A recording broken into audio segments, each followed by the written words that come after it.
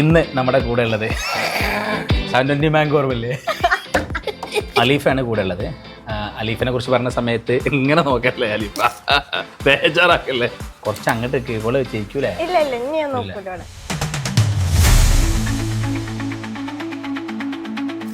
11 മണിക്കൂർ ഉറങ്ങി പഠിച്ചോനെ. പ്ലാൻ കേൾക്കുമ്പോ എനിക്കൊന്നും ആപ്റ്റ് ആയിട്ട് തോന്നിട്ടില്ല. എല്ലാം കൂടുതലും ബോർഡ് എക്സാമിന് പ്രിഫറൻസ് കൊടുക്കുന്ന ടൈപ്പ് കാരണം വീട്ടിൽ നിന്ന് ഇപ്പൊ തന്നെ. പിന്നെ വീട്ടിലൊരു ചെറിയ കുട്ടിയായോണ്ടാണ് പെട്ടെന്ന് വിട്ടു നിക്കണോന്ന് ചോദിച്ചിട്ടുണ്ടായിരുന്നു. പിന്നെ റാങ്ക് കണ്ടപ്പോ എന്നെ കൊണ്ട് പറ്റും തോന്നി. ഫുള്ള് മലയാളത്തിലല്ല, ഏകദേശം എല്ലാ വേർഡ്സ് ഇംഗ്ലീഷിലാണ് പറയാ. ഞാൻ നേരെ അപ്പുറത്തിരിക്കണോട് ചോദിക്കും ഇതെന്താ സാധനം. ഫസ്റ്റത്തെ ഒരു മന്ത് ഫുള്ള് ഞാൻ അങ്ങനെ കിട്ടിയാലും കുഴപ്പമൊന്നുമില്ല, അതൊന്നും സീനില്ല, അതും പറ്റണ പോലെ ഇതേ മതി. കിട്ടിയാലും കുഴപ്പമില്ല, കിട്ടിയില്ലേലും കുഴപ്പമില്ല.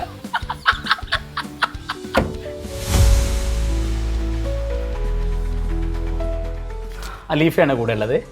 അലീഫയെ കുറിച്ച് പറയുന്ന സമയത്ത് കുറേയധികം വിശേഷതകൾ പറയേണ്ടതുണ്ട്. ഒന്ന്, അലീഫ ബേസിക്കലി പഠിച്ചിട്ടുണ്ടായിരുന്നത് മലയാളം മീഡിയത്തിലായിരുന്നു അല്ലേ അലീഫ? മലയാളം മീഡിയത്തിൽ പഠിച്ചു വന്നാണ്. നമ്മളെപ്പോഴും പറയുന്നത് നമ്മൾ രണ്ടുപേരും മലയാളം മീഡിയക്കാരാണല്ലേ, മലയാളികളാണ്. രണ്ടാമത്തെ ഒരു കാര്യം എന്താ വെച്ചിട്ടുണ്ടെങ്കിൽ +1 +2 പബ്ലിക് എക്സാമിലും മിന്നുന്ന സ്കോർ വാങ്ങി. അതോടൊപ്പം അതിനേക്കാളും എനിക്ക് തോന്നുന്നത് വളരെ മിന്നുന്ന സ്കോർ പറഞ്ഞിട്ടുണ്ടെങ്കിൽ നീറ്റിലാണ് അല്ലേ. നീറ്റിൽ ഗവൺമെൻറ് സീറ്റ് MBBS സീറ്റ് ഉറപ്പിച്ച ഒരു വ്യക്തിയാണ്, അല്ലെങ്കിൽ എൻ്റെ സ്റ്റുഡൻ്റാണ് അലീഫ. സോ അലീഫ, എന്തൊക്കെയുണ്ട് വിശേഷം? ഷറായിട്ട് പോകുന്നു. എന്താ ഒഴിവ് കാലത്തൊക്കെ എന്താ പരിപാടി? ഇപ്പോൾ ഒഴിവാണല്ലേ, വെറുതെ ഇരിക്കുക അല്ലേ. ആലോചിക്കുക, ഒരു മാസം അല്ലെങ്കിൽ മെയ് 1-ാം തീയതിയൊക്കെ ആലോചിക്കുക. എങ്ങനെ എന്താ ഇപ്പൊ എങ്ങനെ പോണേ? റിലാക്സ്ഡ് ആയിട്ട് പോണു, പ്രത്യേകിച്ച് ഒന്നും ചെയ്യുന്നില്ല. ഓക്കെ, രാവിലെ മുതൽ വെറുതെ ഉറക്കം കുറവുള്ള ആളൊന്നുമല്ല, നന്നായി ഉറങ്ങുന്നില്ലേ? 11 മണിക്കൂർ ഉറങ്ങി പഠിച്ചോനെ. എൻ്റെ ഫ്രണ്ടിൻ്റെ സിസ്റ്ററാണ്, ഞാൻ എപ്പോഴും സിസ്റ്ററായി കാണുന്ന ആളാണ് അമീന, ഒരു സ്റ്റുഡൻറ്റിനേക്കാളും അപ്പുറം. എങ്ങനെ ഡോപ്പയിൽ എത്തുന്നത്? കാക്കു ഡോക്ടറായിരുന്നു. അപ്പോൾ ഒരു ഡോക്ടർ MBBSനെ കുറിച്ചിട്ട് നല്ലൊരു ധാരണ ചെറുപ്പം തൊട്ടേ ഞാൻ കാണുമ്പോൾ മുതൽ MBBSനെ കുറിച്ചിട്ട് നല്ലൊരു ധാരണ ഉണ്ട്. പിന്നെ വീട്ടിലാണെങ്കിലും ഈ സയൻസിൻ്റെ ഈ ഓരോ ജോബും കരിയേഴ്സിന് നല്ല സപ്പോർട്ട് ചെയ്യുന്നതാണ്. അപ്പോൾ സയൻസിൽ ഭയങ്കര ഇഷ്ടമായിരുന്നു. അപ്പോൾ പിന്നെ ഞാൻ വിചാരിച്ചു എന്നാൽ പിന്നെ നമുക്ക് MBBS ചൂസ് ചെയ്യാമെന്ന് എൻ്റെ കാര്യം. അപ്പോൾ ഞാൻ കുറേ ഇൻസ്റ്റിറ്റ്യൂട്ട് നോക്കിയിട്ടുണ്ടായിരുന്നു, 2-3 ഇൻസ്റ്റിറ്റ്യൂട്ടിൻ്റെ എക്സാം എഴുതിയിട്ടുണ്ടായിരുന്നു. പക്ഷേ അവിടെ ചേർന്ന ശേഷം അവിടുത്തെ എല്ലാവരെയും ഈ പ്ലാൻ കേൾക്കുമ്പോൾ എനിക്കൊന്നും ആപ്റ്റ് ആയിട്ട് തോന്നിട്ടില്ല. എല്ലാം കൂടുതലും ബോർഡ് എക്സാമിന് പ്രിഫറൻസ് കൊടുക്കുന്ന ടൈപ്പ് കണ്ടത്. അതായത് ബോർഡ് എക്സാം കഴിഞ്ഞിട്ട് പിന്നെ ബോർഡ് എക്സാമിന് പഠിച്ചു കഴിഞ്ഞ ശേഷം എക്സ്ട്രാ വേണമെങ്കിൽ നീറ്റ് പഠിച്ചോ എന്ന നിലക്ക് കാണുന്ന രീതിയിൽ എനിക്ക് ഒന്നുകൂടി എൻട്രൻസിൽ ഫോക്കസ് ചെയ്യണമെന്നുണ്ടായിരുന്നു. കാരണം ബോർഡ് ഫോക്കസ് ചെയ്തെന്ന് വിചാരിച്ചാൽ ഈ 2 വർഷത്തെ മാർക്ക് കിട്ടി, പിന്നെ അതുകൊണ്ട് വലിയ ഉപകാരമൊന്നുമില്ല എല്ലാവരും പറയണല്ലോ. പിന്നെ അതിൽ വലിയ കാര്യം ഉണ്ടായിരുന്നില്ല. അപ്പോഴാണ് ഞാൻ ഡോപ്പിനെ പരിചയപ്പെടുന്നത്. എൻ്റെ ബ്രദർ വഴി തന്നെ. ബ്രദറിന്റെ ബെസ്റ്റ് ഫ്രണ്ടാണ് ഡോക്ടർ ആസിഫ് അല്ലേ. കാലിക്കറ്റ് മെഡിക്കൽ കോളേജിലെ ചെയർമാനായിരുന്നു ഡോക്ടർ അമീൻ അല്ലേ. അമീന്റെ ഫ്രണ്ടാണ് ഡോക്ടർ ആസിഫ്. ബാക്കി പറഞ്ഞു. ആസിഫ് സർ വഴി ഡോക്ടർ അറിഞ്ഞ് അപ്പോൾ നെക്സ്റ്റ് ആപ്റ്റിറ്റ്യൂഡ് ടെക്സ്റ്റ് വരുന്നുണ്ട് പറഞ്ഞ് അപ്പോൾ പിന്നെ ഞാനത് എഴുതി. അപ്പോഴും പാരൻസ് ഓക്കെ, എനിക്ക് വേറെ ഇൻസ്റ്റിറ്റ്യൂട്ടിൽ അഡ്മിഷൻ കിട്ടിയോണ്ട് അവിടെ പോവാന്നൊക്കെ പറഞ്ഞിരുന്നു. പക്ഷേ അവിടുന്ന് റാങ്ക് വന്നപ്പോൾ കമ്പാരിറ്റീവ്ലി നല്ല റാങ്ക് വന്നു. പിന്നെ അതുപോലെ പാരൻസിന് പിന്നെ ഇപ്പം തന്നെ വിട്ട് നിൽക്കണമെന്ന് ചോദിച്ചിട്ടുണ്ടായിരുന്നു. വീട്ടിൽ നിന്ന് ഇപ്പം തന്നെ. പിന്നെ വീട്ടിലേക്ക് ചെറിയ കുട്ടിയായോണ്ടാവണം, പെട്ടെന്ന് വിട്ട് നിൽക്കണമെന്ന് ചോദിച്ചിട്ടുണ്ടായിരുന്നു. പിന്നെ റാങ്ക് കണ്ടപ്പോൾ എന്നെ കൊണ്ട് പറ്റും തോന്നി. അപ്പം അങ്ങനെ ഞാൻ ഡോപ്പ് ചെയ്തു. അലീഫ പറഞ്ഞത് അത് പ്രധാനപ്പെട്ട ഒരു പോയിന്റ് ആണ്. പല കുട്ടികൾക്കും വീട്ടിലൊക്കെ നിൽക്കാൻ ഭയങ്കര മടിയും ചടപ്പൊക്കെ ഉണ്ടാവും. അലീഫിന്റെ കേസിൽ തന്നെ വീട്ടിലെ ചെറിയ കുട്ടിയാണ്, കുറച്ചുകൂടിയൊക്കെ ഗൃഹാതുരത്വം ഉമ്മയായിട്ടുള്ള ബോണ്ടൊക്കെ ഭയങ്കര അറിയാം. അപ്പം അങ്ങനെയുള്ള ഒരു ഫാമിലി. അപ്പം നമ്മൾ നമ്മുടെ പ്രതീക്ഷയ്ക്ക് വേണ്ടിയിട്ടില്ലേ, സ്വപ്നം സാക്ഷാത്കരിക്കാൻ വേണ്ടിയിട്ട്, നല്ല മലയാളത്തിൽ പറഞ്ഞാൽ സാക്ഷാത്കരിക്കാൻ വേണ്ടിയിട്ട് നമ്മൾ ചെയ്യാന്നുള്ളത് തന്നെ അല്ലേ. എങ്ങനെ 1 ഡേ അറ്റ് ടോപ്പ ഒരു സ്കെഡ്യൂള് എങ്ങനെയാണ് അത് പോണത്? ടു ഡു ലിസ്റ്റ് മുതൽ റിഫ്ലക്ഷൻ നോട്ട് വരെയുള്ള ഒരു പ്രയാണമാണ് അല്ലേ. എങ്ങനെയാണത്? അത് ഡോപ്പയിൽ നിൽക്കുമ്പോൾ നമ്മൾ സാധാ സ്കൂളിൽ പഠിക്കുമ്പോൾ നമുക്ക് 2 ഫേസ് ഉള്ളൂ, +1 +2. പക്ഷെ ഡോപ്പിയിൽ അങ്ങനത്തെ അല്ല, അവിടെ 4-5 ഫേസാണ് ഡോപ്പിലുള്ളത്. +1 +2 എന്നുള്ളത് അതിൽ ഒരൊറ്റ ഫേസ് മാത്രമാണ്. പിന്നെ അതിന് ബേബി സ്റ്റെപ്പ് എന്ന് പറഞ്ഞൊരു ഫേസ് ഉണ്ട്, മാരത്തോൺ ഫേസ് എന്ന് പറഞ്ഞൊരു സ്റ്റെപ്പ് ഉണ്ട്. പിന്നെ അതിന് ശേഷം നമ്മൾ ബോർഡ് എക്സാമിന് മാത്രം പ്രിഫർ ചെയ്യാനൊരു മന്ത് കഴിഞ്ഞിട്ട് പിന്നെ ലാസ്റ്റ് ഒരു മെഗാ സ്റ്റെപ്പും ഉണ്ട്. അങ്ങനെ ഓരോ ഫേസ് ആയിട്ടാണ് ഡോപ്പിൽ പോകുന്നത്. അതിൽ ഓരോ ഇതിലും നമുക്ക് ഓരോ ലൈഫ് ഷെഡ്യൂളാണ് വരുന്നത്. ഡോപ്പയിൽ ഒരു ദിവസം സ്റ്റാർട്ട് ചെയ്യുന്നത് ഞാൻ മോർണിംഗ് 8 മണിക്ക് പോകും. ഇപ്പോൾ നൈറ്റ് ഷെഡ്യൂളും ഉണ്ട്, മോർണിംഗ് ഷിഫ്റ്റും ഉണ്ട്. അപ്പോൾ അതിൽ ഞാൻ നൈറ്റാണ് പ്രിഫർ ചെയ്യാറ്. അപ്പോൾ മോർണിംഗ് ഒരു 7:45 നീച്ച് 8 മണിക്ക് സ്കൂളിലെത്തും. 8:30 എന്നും രാവിലെ മോർണിംഗ് മീറ്റിംഗ് ഉണ്ടാവും അഫ്സൽ സാറിൻ്റെ. പിന്നെ മീറ്റിംഗ് കഴിയുന്നു, ഫുഡ് കഴിക്കുന്നു, 9 മണിക്ക് ക്ലാസ് തുടങ്ങും. 9 മണി മുതൽ 4 മണി വരെ ക്ലാസ് ഉണ്ടാവും. ലഞ്ച് ബ്രേക്കും ഇന്റർവെല്ലൊക്കെ ആസ് യൂഷ്വൽ ഉണ്ടാവും. പക്ഷെ അതൊന്നും നമുക്ക് സാധാ സ്കൂളത്തെ ആൾക്കാരെ പോലത്തെ ബ്രേക്ക് ആയിട്ട് നമുക്ക് തോന്നൂല. അതിലും നമ്മൾ കൂടുതലും ഫസ്റ്റ് ഒക്കെ +1 തുടക്കത്തിലൊക്കെ പിന്നെ നമ്മൾ ബ്രേക്ക് ആയിട്ട് എടുത്തിരുന്നു. പിന്നീട് അവിടെ നമുക്കൊരു ഷെഡ്യൂള് അതിൽ വന്നിട്ടുണ്ടായിരുന്നു. അങ്ങനെ 4 മണി കഴിഞ്ഞാൽ ഒരു 4:30 മുതൽ 6 മണി വരെ നമുക്ക് ബ്രേക്ക് ഉണ്ട്. പിന്നെ അതിന് ശേഷം നമുക്ക് കറക്റ്റ് 6 മണി മുതൽ 10:30 വരെ മാൻഡേറ്ററി സ്റ്റഡി ഹവർ ഉണ്ട്. അതിനുശേഷം നമുക്ക് വേണമെങ്കിൽ നെറ്റ് സ്റ്റഡി ഹവർ എടുക്കാം. ഓക്കെ, അപ്പോൾ അങ്ങനെയായിരുന്നു ഒരു ഡേ എന്ന് പറയുമ്പോൾ അല്ലേ. ടു ഡു ലിസ്റ്റ് ഒക്കെ എങ്ങനെ പ്ലാൻ ചെയ്തിട്ടുണ്ടായിരുന്നു? നമുക്ക് ടു ഡു ലിസ്റ്റ് ഒരു പദ്ധതിയാണല്ലോ അല്ലേ, എങ്ങനെയാണ് അതിന്റെ പ്ലാനിങ്? രാവിലെ എണീച്ച് നമ്മൾ ക്ലാസ്സിൽ എത്തിക്കഴിഞ്ഞാൽ നമ്മൾ ആദ്യം ചെയ്യേണ്ട വർക്ക്, അതായത് മോർണിംഗ് മീറ്റിംഗിന്റെ ഒക്കെ മുന്നേ തന്നെ നമ്മൾ അന്ന് എന്തൊക്കെ പഠിക്കാൻ പോകുന്നത്. അപ്പോൾ നമുക്ക് എന്തായാലും ഉണ്ടാവും, കഴിഞ്ഞ ദിവസത്തെ സാധനം പഠിക്കണ്ടാവും, ഇന്ന് എടുത്ത സാധനം പഠിക്കണം. പിന്നെ എക്സ്ട്രാ ആയിട്ട് ഇപ്പം നമുക്ക് എല്ലാ മൺഡേയിലും എക്സാംസ് വരുന്നുണ്ട്. അപ്പോൾ ആ എക്സാംസിന്റെ ഷെഡ്യൂളും ഉണ്ടാവും. പിന്നെ നമുക്ക് വീക്ക് ചാപ്റ്റേഴ്സ് ആയിട്ടില്ല, ചാപ്റ്റർ ഇൻ ദ വീക്ക് പറഞ്ഞിട്ട് ഓരോ വീക്കിലും നമ്മൾ ഓരോ ചാപ്റ്റർ കവർ ചെയ്യായിരുന്നു. അതും ഉണ്ടാവും ടു ഡു ലിസ്റ്റിൽ. അങ്ങനെ രാവിലെ ഉണ്ടായ ഏറ്റവും ഫസ്റ്റ് പണി ടു ഡു ലിസ്റ്റ് ഉണ്ടാക്കുക. അന്ന് നമ്മൾ എപ്പോൾ എന്തൊക്കെ ചെയ്യുന്നില്ലത് ഷെഡ്യൂളാക്കി വെക്കുക എന്നുള്ളതാണ്. പിന്നെ നമ്മുടെ റിഫ്ലക്ഷൻ നോട്ട് ലാസ്റ്റ് എൻഡിലെ, അതെ, അത് നമ്മൾ കിടക്കാൻ നേരത്ത് നമ്മൾ രാവിലെ ഇതൊക്കെ ചെയ്യണം എന്ന് പറഞ്ഞേ, ലാസ്റ്റ് നമ്മൾ എന്തൊക്കെ കംപ്ലീറ്റ് ആയി, എവിടെ ഇൻകംപ്ലീറ്റ് ആയി, എന്താ റീസൺ, ഇന്നത്തെക്കാളും നാളെ ഒരു പടി മുന്നിലേക്ക് വെക്കണം എന്ന് പറയില്ലേ, അതിന് ഏറ്റവും ഹെൽപ്പ് ചെയ്ത സാധനമാണ് ഈ റിഫ്ലക്ഷൻ നോട്ട് പറയുന്നത്. ആവർത്തിക്കരുത്. ഏറ്റവും കൂടുതൽ ഞാൻ വ്യക്തി മിസ്റ്റേക്ക് എന്താണെന്ന് വെച്ചാൽ, നമ്മൾ ബ്രേക്ക് ടൈമിൽ നമ്മൾ വർക്ക് ചെയ്യണമെന്ന് വിചാരിക്കും. പക്ഷെ നമ്മൾ ആ ടൈമിൽ പെട്ടെന്ന് ഒന്നെങ്കിൽ വർത്താനം പറഞ്ഞു, അല്ലെങ്കിൽ ചിലപ്പോൾ അങ്ങോട്ട് കടന്നുറങ്ങും. ഉറക്കം കുറച്ച് വലിയ പ്രശ്നമായിരുന്നു. അപ്പൊ നമ്മൾ എന്ത് ചെയ്യും, നാളെ ആ മിസ്റ്റേക്ക് തിരുത്താൻ നോക്കും. പക്ഷെ അപ്പൊ നാളെ നമുക്ക് വേറൊരു മിസ്റ്റേക്ക് ഉണ്ടാവും. അപ്പോൾ ഇങ്ങനെ റീഫൈൻ ചെയ്ത് വരാൻ ഈ റിഫ്ലക്ഷൻ നോട്ട് നല്ല ഹെൽപ്പ് ചെയ്യും. ഞാൻ വളരെ തുടക്കത്തിൽ തന്നെ പറഞ്ഞൊരു കാര്യമാണ്, അലീഫ മലയാളം മീഡിയത്തിലെ കുട്ടിയാണ്. ഞാനിപ്പോൾ കുറേ കുട്ടികളെ കൗൺസിൽ ചെയ്തിട്ടോ, അവർക്കൊക്കെ പറഞ്ഞാൽ മലയാളം മീഡിയത്തിൽ പഠിച്ചു, നല്ല തിയറിയിൽ നല്ല ക്ലാരിറ്റി ഉണ്ട്. എന്താണ് ബലം, ഫോഴ്സ്, എന്താണ് ത്വരണം, ആക്സിലറേഷൻ, ഇത് മലയാളത്തിൽ പഠിക്കുകയാണല്ലോ. പക്ഷെ അവർക്ക് കോൺഫിഡൻസ് ഇല്ല. സയൻസ് വേണ്ട, കാര്യം എന്താ, അത് താങ്ങൂല, ഇംഗ്ലീഷ് പഠിക്കണ്ടേ. അവരോട് എന്താ അലീഫയ്ക്ക് പറയാനുള്ളത്? എനിക്ക് മലയാളം നല്ല പ്രശ്നമുണ്ടായിരുന്നു. ഫസ്റ്റ് ഞാൻ ഇൻ്റർവ്യൂവിൽ വന്ന ടൈമിൽ ആസിസ് എന്നോട് ചോദിച്ച്, ആദ്യം മാത്സിൽ ക്വസ്റ്റ്യൻ ചോദിച്ചു, അത് ഞാൻ ചെയ്തു. കാരണം മാത്സിൽ നമുക്ക് ഇംഗ്ലീഷ് പ്രശ്നമല്ലല്ലോ, നമുക്ക് ചെയ്യാൻ പറഞ്ഞാൽ പോലെ അത് ചെയ്തു. പിന്നെ എന്നോട് ചോദിച്ചു എന്താ സ്റ്റൊമാറ്റോന്ന് ചോദിച്ചു, വാട്ട് ഈസ് സ്റ്റൊമാറ്റോന്ന് ചോദിച്ചു. ഞാൻ നിനക്കറിയില്ല പറഞ്ഞു. ഞാൻ എൻ്റെ ഉമ്മാൻ്റെ മൊത്തം നോക്കി. ഉമ്മച്ചി പറഞ്ഞു ആസിരന്ധ്രാണ് എന്നാണ്. ഈ സ്റ്റൊമാറ്റോ എന്ന് പറഞ്ഞാൽ ആസിരന്ധ്രാണ്, അതിൻ്റെ ഇംഗ്ലീഷാണ് ഇത് എന്നുള്ള കാര്യം പോലും എനിക്ക് അറിഞ്ഞിരുന്നില്ല. അപ്പം എനിക്ക് മനസ്സിലായി ഇത് ഞാൻ പെടുമെന്ന്. അപ്പം തന്നെ ഞാൻ നേരെ കാക്കൂനെ വിളിച്ച് ചോദിച്ച് ഇത് നടക്കുമെന്ന്. അപ്പം പറഞ്ഞ് 2 മാസം എടുക്കും. അപ്പോൾ ഞാൻ ഈ കാക്ക മലയാളം മീഡിയമായിരുന്നു. അപ്പോൾ ഞാൻ ഏപ്രിലാണ് എൻ്റെ ഇൻ്റർവ്യൂ കഴിഞ്ഞത്. അപ്പം ഇനി എന്തായാലും ജൂണിലാണ് ഞങ്ങൾ ക്ലാസ് തുടങ്ങുന്നത്. അപ്പം എന്തായാലും 1 മന്ത് ഉണ്ട്. കാക്കു പറഞ്ഞു എന്നാൽ പിന്നെ ഈ ഇരുന്നിട്ട് പച്ചന വേർഡ്സൊക്കെ ഒന്ന് വേഗം പഠിച്ചേക്കുമെന്ന് പറഞ്ഞു. അപ്പം തന്നെ ഞാൻ എന്ത് ചെയ്ത്, പിന്നെ ആ ടൈമിൽ തന്നെ ഡോപ്പ ക്ലാസ് തുടങ്ങുന്നതിന് മുന്നേ നമ്മൾ കോച്ചിങ് തുടങ്ങി. ഒന്നാമത് ഞാൻ കോവിഡ് ബാച്ചായിരുന്നു 8th 9th. അപ്പോൾ ബുക്ക് നേരെ നോക്കിയിട്ട് പോലും. പിന്നെ ഞാൻ മലയാളം മീഡിയം അല്ലേ, അപ്പം ഞാൻ തൊട്ടപ്പുറത്ത് വീട്ടിലത്തെ കുട്ടികളുടെ അടുത്ത് നോക്കി 8th 9th ഇംഗ്ലീഷ് ബുക്കും മേടിച്ചു. എന്താ എൻ്റെ മലയാളം ടെക്സ്റ്റ് ബുക്കും വെച്ചിട്ട് ഏകദേശം കുറേയൊക്കെ പഠിച്ചു. പക്ഷെ നമുക്ക് 9th അപ്പോൾ ഇരുന്നിട്ട് 9th 8th ബയോളജി കെമിസ്ട്രി നോക്കി. ഫിസിക്സ് എന്താന്ന് വെച്ച് കഴിഞ്ഞാല് ഈ ഇംഗ്ലീഷും മലയാളവും പിന്നെ നമുക്ക് ഈ തിയറിയും കൂടി വരുമ്പോൾ എനിക്ക് ഭയങ്കര പിന്നെ ഫിസിക്സിൽ നമുക്ക് കൂടുതൽ ഇംഗ്ലീഷ് അറിയണമെന്നില്ല. തിയറി അറിഞ്ഞാൽ പിന്നെ അങ്ങോട്ട് പോയാൽ മതി. അപ്പൊ പിന്നെ ഞാനത് വലിയ നോക്കിയിട്ടില്ല. ബയോളജി ഞാൻ അങ്ങനെ കുറെ നോക്കി വന്നു.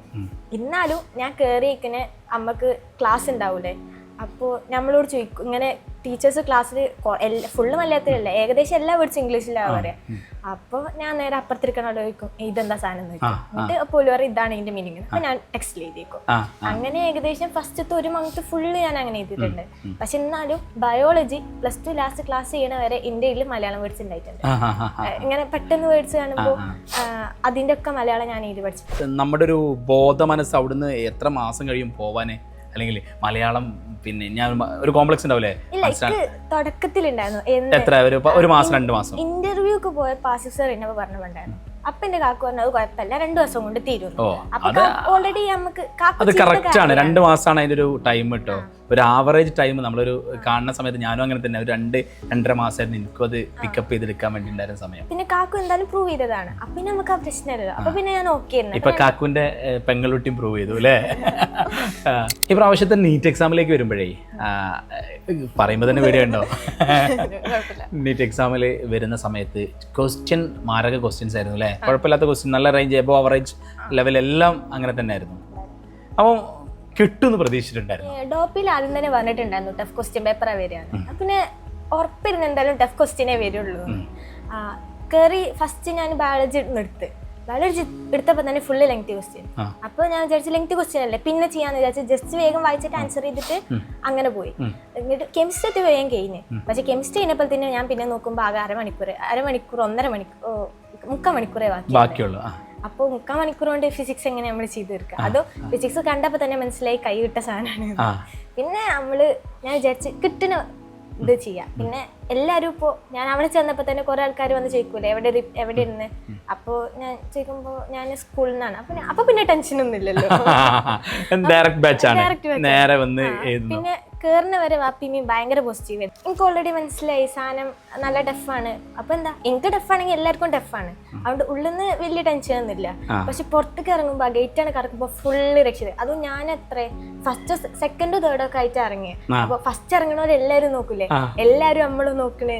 അതിന് നമ്മള് ഉമ്മാനിപ്പനി കണ്ടുപിടിക്കുവാണ്. നമുക്ക് ഒന്നാമത് എക്സാം ടഫാണ്. അപ്പൊ നമുക്ക് ടഫാണെന്ന് പറഞ്ഞാൽ തന്നെ പാരന്റ്സിന് അത്രയും ടെൻഷൻ വരും.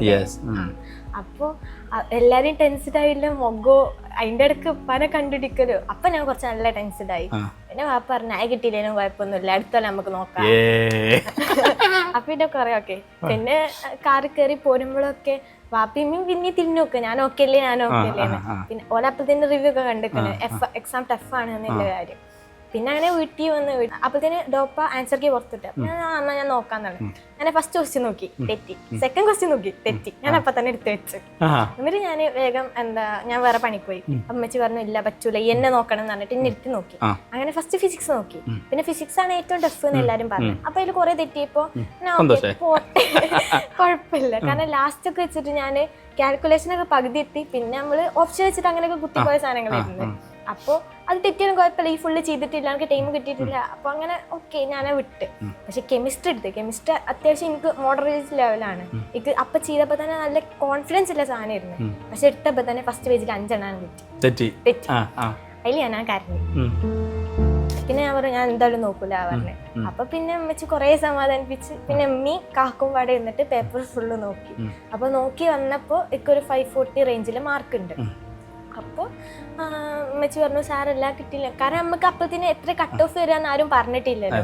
അപ്പൊ കുഴപ്പമില്ല നമുക്ക് അടുത്തിൽ നോക്കാം. എന്നാലും ഇത്ര മേടിച്ചില്ലേ, ഇത്ര ഫസ്റ്റ് അറ്റംപ്റ്റ് തന്നെ ഇത്രയും ടഫില് ഇത്ര മേടിച്ചില്ലേ. അമ്മ കുറെ സമാധാനിപ്പിച്ചു.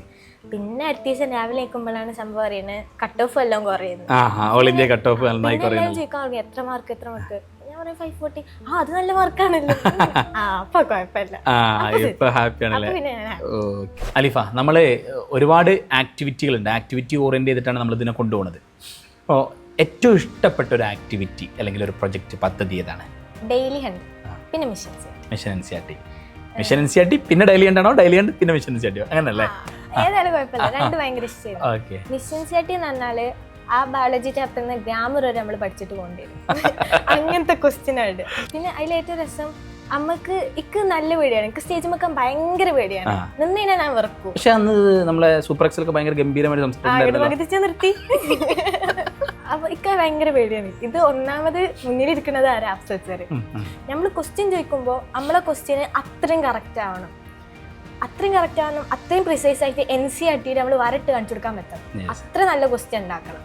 അപ്പോൾ നമുക്ക് പേടിയാണ് ഓലെ നമ്മൾ എന്തെങ്കിലും തെറ്റ് കണ്ടുപിടിക്കുമോ.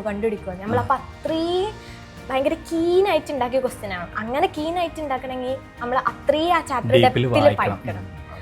സത്യമായിട്ടും മിഷൻ NCERT എല്ലാ ചാപ്റ്ററിനും നമുക്ക് നടന്നിട്ടില്ല. കാരണം ഒരു ഡേ ഫുള്ള് മിഷൻ NCERT പോകും. അത്രയും ഡേയ്സ് നമുക്ക് ഇല്ലാത്തതുകൊണ്ട് ഒരു സെലക്ട് ചാപ്റ്റേഴ്സ് മാത്രമേ നടത്തിയിട്ടുള്ളൂ. ആ ചാപ്റ്റേഴ്സ് ഒക്കെ അടിപൊളിയായിട്ട്. പിന്നെ ഒരുപാട് വേറെയും പദ്ധതികളുണ്ട്. അപ്പോൾ ഇത് തന്നെ നമ്മൾ ഏറ്റവും കൂടുതൽ പഠിച്ച സാധനമാണ് ഈ ഡിബേറ്റ് ചെയ്യാൻ ഏറ്റവും കൂടുതൽ പഠിക്കുക നമുക്ക്. അതായത് നീറ്റ് ആസ്പിരന്റ് എന്ന നിലക്ക് നമ്മള് ഫ്യൂച്ചറിൽ എന്തൊക്കെ ആവശ്യമുണ്ടോ അതിനൊക്കെ ആപ്റ്റ് ആയിട്ടുള്ള സാധനങ്ങളും ഇതിൽ നിന്ന് നമുക്ക് കിട്ടിയിട്ടുണ്ട്. ഇനി ഡെയിലി ഹണ്ട് എന്ന് പറഞ്ഞാൽ നമ്മളെ ഏറ്റവും ഹെൽപ്പ് ചെയ്ത സാധനമാണ്. നമുക്ക് നീറ്റിന് 3 hours അല്ലേ, ഈ 3 hours നമ്മൾ ഈ 180 ക്വസ്റ്റ്യൻസ് ചെയ്യാന്നുള്ളതല്ല, നമ്മൾ ആ 3 hours അവിടെ ഇരുന്ന് വർക്ക് ചെയ്യാന്നുള്ളതിലാണ്. അത് നമ്മൾ ബ്രെയിൻ അത്രയും പീക്ക് ലെവലിൽ ഇരുന്ന് വർക്ക് ചെയ്യണം. അതിന് നമുക്ക് ചെയ്യേണ്ട പ്രോബ്ലം സോൾവിങ് സ്കിൽസ് മാത്രം പോരാ, നമുക്ക് അത് ചെയ്ത് ശീലിച്ച സാധനം മാത്രമല്ല അവിടെ കൊടുക്കാൻ. അതിന് നമ്മൾ ഏറ്റവും ഹെൽപ്പ് ചെയ്ത സാധനം ഡെയിലി ആണ്. അത് ഇവിടെ വന്ന് ഫസ്റ്റ് വീക്ക് തൊട്ടേ നമ്മൾ പ്ലാൻ ചെയ്ത ഒരു ദിവസം 20 ക്വസ്റ്റ്യൻ തുടങ്ങിയിട്ട് ലാസ്റ്റ് 500 ക്വസ്റ്റ്യൻ വരെ ഒരു ദിവസം നമ്മൾ ചെയ്തിട്ടുണ്ട്. ഇവളിൻ്റെ അടുത്ത് കുറെ ഗിഫ്റ്റ് വാങ്ങിയ ആളാ അല്ലേ ഈ ഡെയിലി ഹണ്ടില്?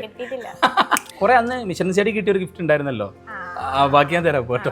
ഓക്കെ, എനിവേ ഒരു ആവറേജ് നമ്പർ ടോട്ടൽ ഈ അക്കാഡമിക് കാലത്ത് ഒരു ആവറേജ് നമ്പേഴ്സ് പെർ ഡേ നീ 600ഉം 500ഉം ഒക്കെ ചെയ്തിട്ടുണ്ട് ക്വസ്റ്റ്യൻസ്. എനിക്കിനറിയാം നീ അപ്ഡേറ്റ് ചെയ്യുന്ന സമയത്ത് എത്രയായിരുന്നു ഒരു ആവറേജ് ക്വസ്റ്റ്യൻസ്?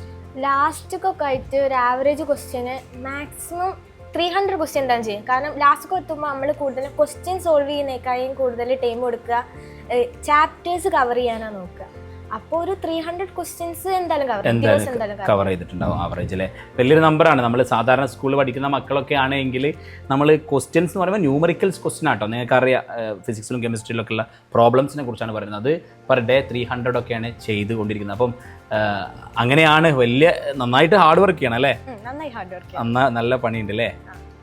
അക്കാഡമിക്സ് അല്ലാണ്ട് അതിൻ്റെ പുറത്തുനിന്ന് കുറേ സാധനങ്ങളിലെ arts, sports, old age home, എന്താ നമ്മുടെ ഒരു എക്സ്ട്രാ കോ കരിക്കുലർ ആക്ടിവിറ്റി എന്നൊക്കെ പറഞ്ഞ സാധനങ്ങളൊക്കെ എന്തൊക്കെയാണ്? സാധാരണ നമ്മൾ സ്കൂൾ ലൈഫിൽ ഏറ്റവും കൂടുതൽ അടിച്ചു പൊളിക്കുന്ന സാധനങ്ങളാണ് ആർട്സ്, സ്പോർട്സ്, ആനുവൽ ഡേ എന്ന് പറയുന്ന സാധനങ്ങൾ. അപ്പോൾ ഇവിടെ വന്നപ്പോൾ എല്ലാവർക്കും ഉണ്ടായിരുന്ന ഇതായിരുന്നു. കാരണം നമുക്ക് ആർട്സും സ്പോർട്സും ഉണ്ടാവും. കാരണം നമുക്ക് ആകെ 3 ബാച്ചുള്ളൂ. ഇതിൽ ആകെ 200-250 കുട്ടികളും. ഇതിൽ നമ്മൾ ആർട്സ് ഉണ്ടാക്കുക, അതൊരു ഉണ്ടാക്കുമോ, പിന്നെ അതും നീറ്റ് സ്കൂളാണ്, നമുക്കൊക്കെ തരുമോ എന്ന് വിചാരിച്ചു. പക്ഷെ സത്യം പറയാലോ ആർട്സും സ്പോർട്സും നല്ല എൻജോയ് ചെയ്തിരിക്കണം.